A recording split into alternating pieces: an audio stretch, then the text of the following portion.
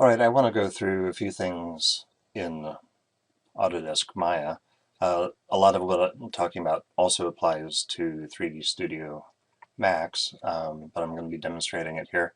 I just want to talk about a few of the things that I often see in student work as you start to animate a figure. You'll hear me talking about like shifting weight, having a sense of gravity, and having movement coming from the pelvis. And these are important things. Um, I'm going to address it with this character here. Now, I generated a character here in Autodesk Character Generator. It said I was picking some premium content, but I was logged in as a student, so it didn't charge me anything. See the character here. I'm going to go ahead and go to a single window. You can see the character a little bit better. Now, in the display here right now, if I look at lighting, I'm using all the lights, and you see I've got a spotlight here. You can see the spotlight and the cast shadow. Shadows is something you can display in the viewport. It's optional. I can turn that off. It's often useful if you're trying to see the relationship of the figure to the ground plane, like how far away the character is. If I do a render here, this is my character that I generated in Character Studio. She looks like she's ready to dance, except she's not in a very good starting position for that. So from the beginning, I want to get this character in a good dance kind of pose. So I'm clicking on Display Character Controls here. This is in Maya 2016, and so here I see I have the character named Character selected, and I'm seeing the control rig. Right now, what I'm seeing is the initial stance, but I have the control rig here. Before I do anything, I'm going to go ahead and select her center here and take the move control. And notice that as I move that control, the feet are staying in place and she's shifting her weight from side to side, bending her knees. If I lift a little too far, she'll go up off the ground. Okay, but I'm going to start bringing her center of gravity down a little bit so I can get some flex in the knees, get her ready to start doing some moves. If you look at the character control rig, you see her feet are pinned. Now I'm going to select one of the feet and just move it out. Now I'm using just the horizontal control here so that I'm not lifting the foot at all or pushing it through the floor.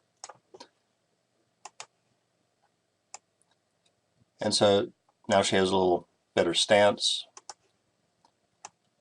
Can get some more range of movement here. Okay, so this is where I want to start animating. Now the arms are in kind of a weird position. So I'm going to go ahead and just bring them down, relax a little bit. Oops. Get a little bend in the elbow here. Yeah, I just want a little more relaxed position. Ready to move.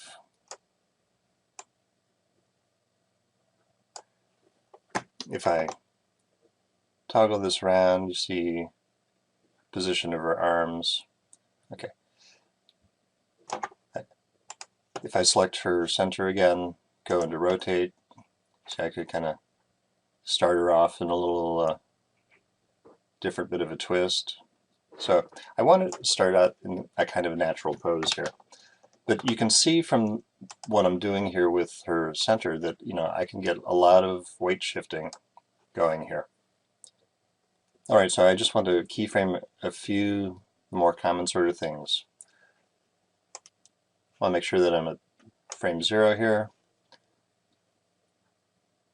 I have body part selected as what I'm animating.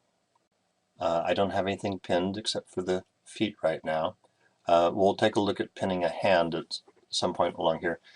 So with this selected, I'm going to hit the S key in Maya to set a keyframe, and I'm going to go forward. Now, if I know I want to return to this position, I could just go ahead and hit S again. Then I have a bracket, and if I go in between somewhere and create a move where she shifts her weight over here, I have the auto keyframe toggle set here. So as I scrub back and forth, I have her shifting her weight to one foot and then back again. If I wanted to create a little dip in between, I could go in between, give her a little bit more of a bend. So now she's bending her legs and shifting to the side. And going back the other way, I'll get the same thing going. Okay, so scrubbing through this, she bends her legs and shifts her weight back and forth. Okay, so we already have a little kind of dance movement going on here. Keyframe this. If I had the soundtrack in here, I could be timing this to the beat. Well, one thing I did want to point out is you can have references in here. If you've taken the hard surface organic modeling course, you're familiar with image planes. If I go into view here to image plane, see, I could bring in an image that I could use to model to, but I could also import a movie here. So I could have, if I have a video of someone doing this dance, I can be looking at that as a reference right here within the viewport. I don't have the music video downloaded, so I'm not going to demonstrate that, but that would just give me the image in the viewport here, and as I go through, I could have that reference. All right, so, moving the center, shifting weight side to side. Now, I haven't done any foot movement. So here, okay, I'm just going to shift her weight a little bit more to one side. Now her weight is on her right foot. And then if I go forward, I could take her other foot and lift it up.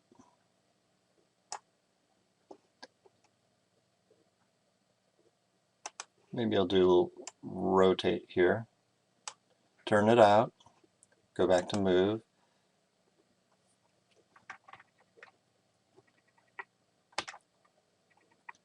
I'm going to set a keyframe there.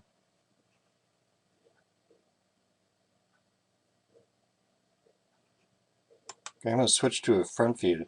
You can see that her foot is up. I set a keyframe, but I didn't set a keyframe before I lifted it.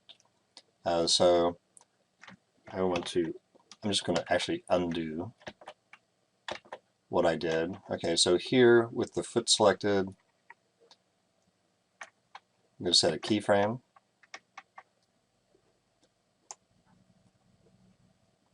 So she's shifting her weight.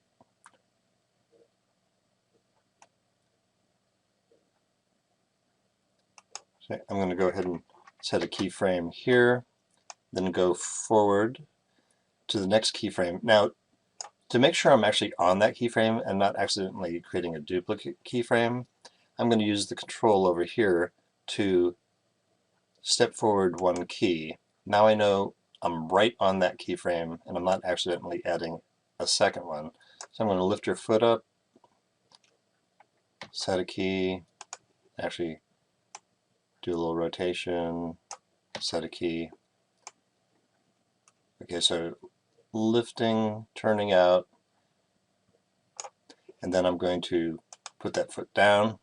Now I'm in the front view so I can see the ground plane. I'm just going to grab it, extend it out over here.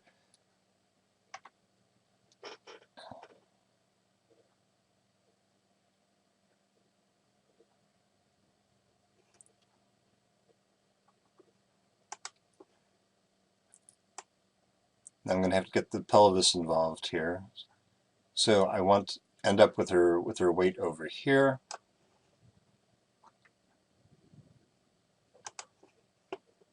And her foot extended out a little further.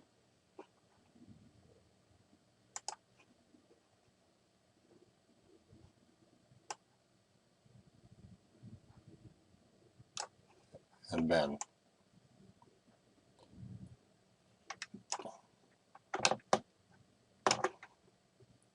Okay, so as I scrub through here, I have her shifting her weight back and forth with a little bit of a dip. Then with her weight on the right foot, she's lifting that foot and sliding over.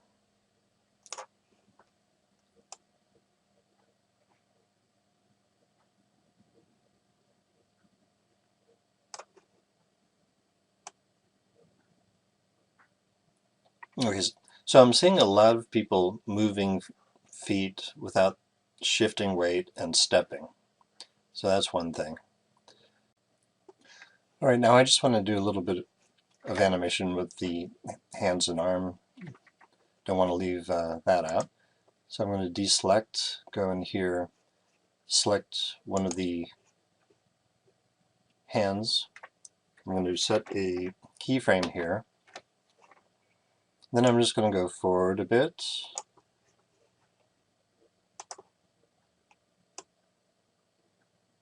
Raise the arm. Bring it forward a little bit.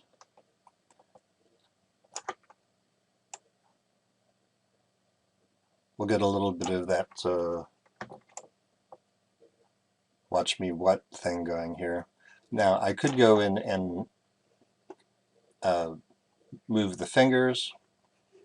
If I go in here, I can see the fingers. So if I wanted to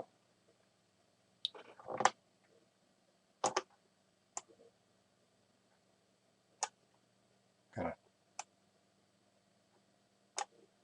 bring it down, curl it back, yeah, I could get some finger pointing going on here.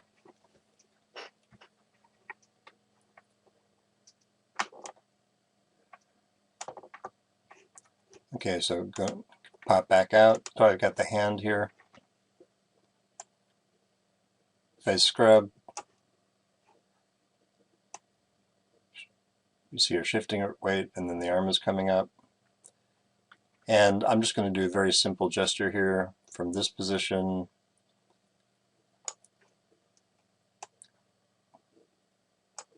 Going to just give it a little bit of a move. All right, I was in here a minute ago adding another movement. I want to show how you can take advantage of the IK here and get a jump going. Now for this I'm going to go into lighting and turn on shadows to help me see her position, her height above the ground. Right, so I'm positioning at her landing point here. Her knees are flexed, and so I'm going to reverse the process, having her jump back out into a more of a straddled position. So what I'm going to do is I have her center selected. I'm going to go forward about an equal distance from our previous jump keyframe, and I am going to raise her up. As I raise her up, you see the legs straighten out because the feet are seeking the floor. And now it's created a keyframe here. If I go forward again, I can get the landing position where she comes back down, feet flex again. But now, in this position, I'm going to select the feet, and you see that I have a keyframe from when she was on the ground before. And now at this position, I'm going to move the feet out, and I'm going directly horizontally, so not raising or lowering it at all. So now I have keyframes here for the feet.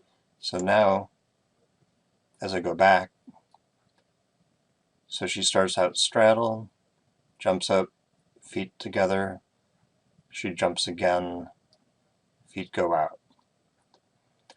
It's just very important that you have keys for the feet set at the beginning and end of the jump so that you don't get the feet sliding in between. Alright, there's one more thing I said I would show here. I've just rotated the hands up, so I selected the hands. use the rotate tool, position them up here. And now I want to isolate the hands so that they stay in place as I move the body. Now this is a technique that you would use, I mean, if you have a dance where you want to have isolation like this, but this is also what you would do if your figure's on the ground. They have their hands on the ground, and so you want them pinned in position as the body lifts, or you've grabbed hold of some other support like a sword or a handrail or something.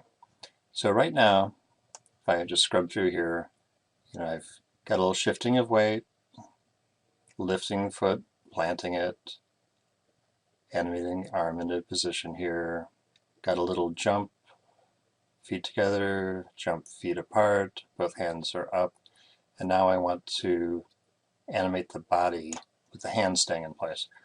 Okay, so with the hand selected here, I'm going to make sure that I have a keyframe set there, and I'll set a keyframe for the other hand. And I'll go ahead and switch to my move tool. Now, my current settings are that I have body part IK, the feet are pinned. If I select the center, the pelvis, and move it, everything moves with it, except for the feet. I'm going to hit undo here. Now, if I want the hands to stay in place, I can select the hand and put a position pin and a rotation pin in both of these. And then if I select the center and move, nothing has changed yet. What I am demonstrating is something that works with full body IK. I'm in part body, I switch to full body, and now when I select the center and move, the hands stay right in position. So I could do an animation like this, kind of a dance isolation move, or pushing up off the ground sort of move. Okay, at this point I'm going to make sure I have a keyframe set here. I'm going to go forward a ways, force another keyframe so that I know I end up back there. And I'm just going to move around a couple different positions.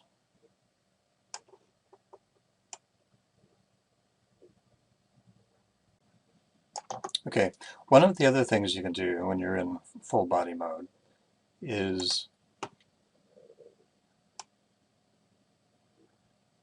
have the movement of the hands affect the whole body. Okay, set a keyframe.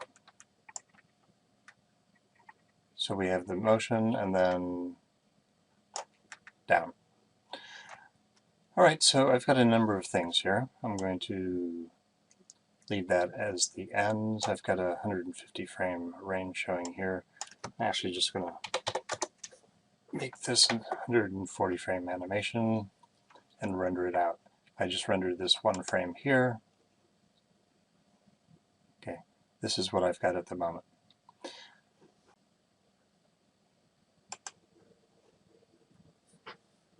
I'm going to check my render settings.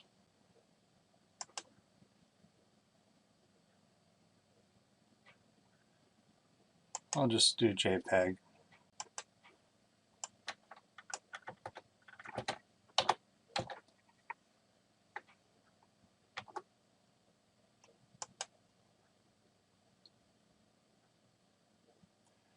Name, number, extension, be JPEG. I'm not going to have thousands. I'll just put 3 digits in there so I can have over 100 frames.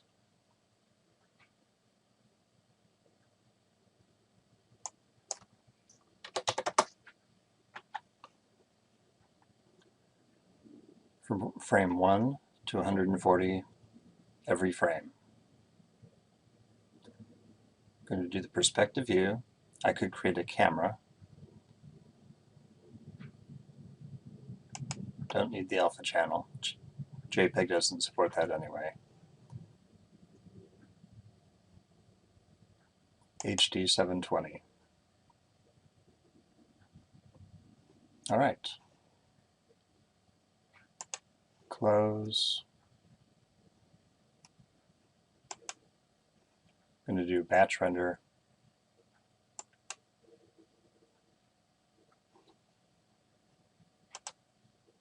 And away we go.